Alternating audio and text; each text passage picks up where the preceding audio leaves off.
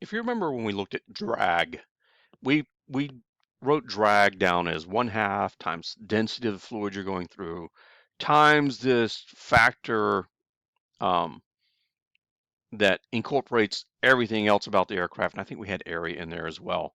Um, times the area of the aircraft times the velocity squared. Okay.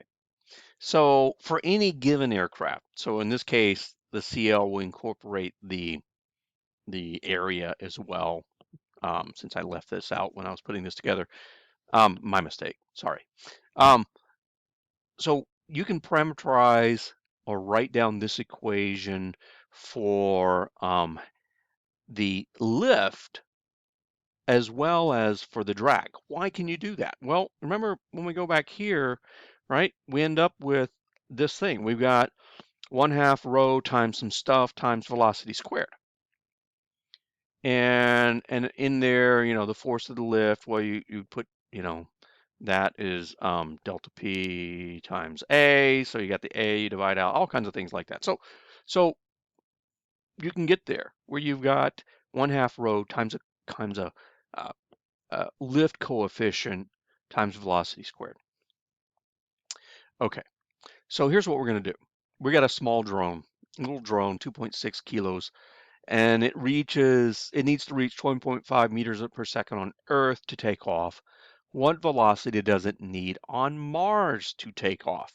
So two things are different on Mars.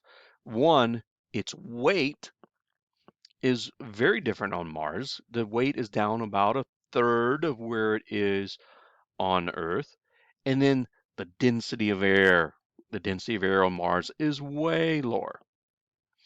And so uh, let's look at this on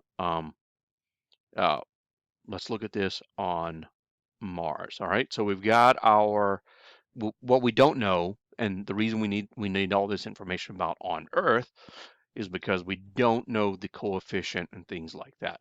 But we do know on Earth, the force on Earth is mg. That's the force you have to hit where it's just going to take off. Well, that's 2.61 kilograms times 9.8 meters per second squared. Okay, so we know the force we have to reach. What we don't know is this coefficient. So if I solve this equation up here, I have to solve this equation for the coefficient. Let me just do that. So it's going to be 2 times FL divided by rho times velocity squared. Okay, so that's the coefficient. Well, we know the velocity on Earth, 12.5 meters per second. We know the density of air on Earth, 1.9 kilograms per cubic meter.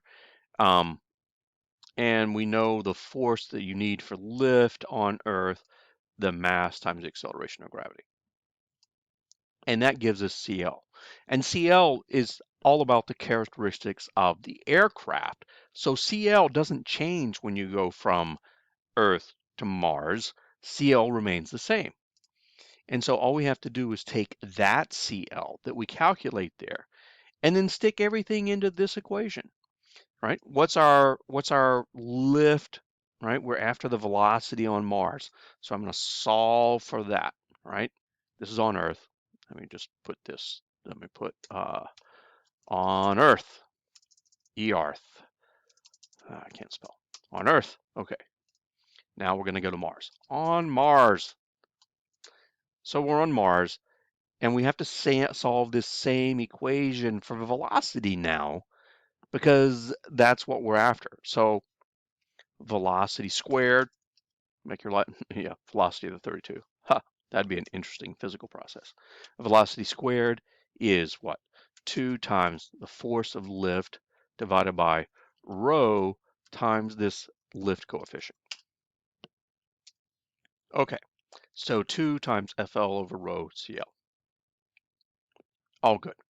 And then, you know, to solve for velocity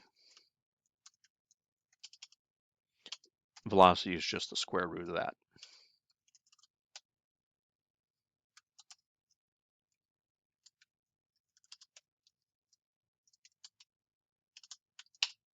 There we go.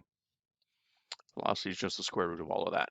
So we know lift on Mars because lift on Mars has to be mg again, but g is now 2.61 kilograms times 3.7. I left off the units. Sorry about that. 3.7 meters per second squared. All right, 2.61 kilos times 3.7. So the lift force we have to reach is much smaller, by about a third. Rho on Mars, of course, is 0.06 kilograms per meter cubed.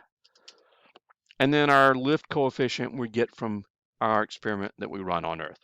And that's it. You put all of this together, and you've got how fast this aircraft has to move on Mars to reach liftoff. And this is a great problem for right now because we now have a helicopter on Mars.